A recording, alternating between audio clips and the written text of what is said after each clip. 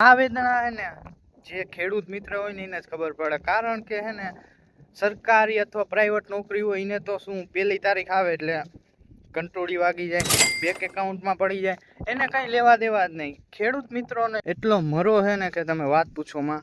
જો આ પાક અમે 4 મંથથી આમાં મહેનત કરતા હોય, મસ્ત મજાનો પાક પકાવીએ અને પછી જો લાસ્ટમાં વરસાદ આવી જાય તો નુકસાન એ નુકસાન.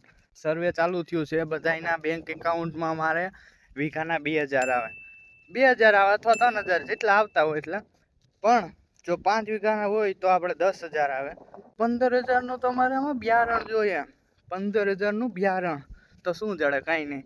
આમાં મહેનત કરી, આમાં દવા ડોઝ કેટલા માર્યા હોય, ખાતર બધું અમારું પાણીમાં.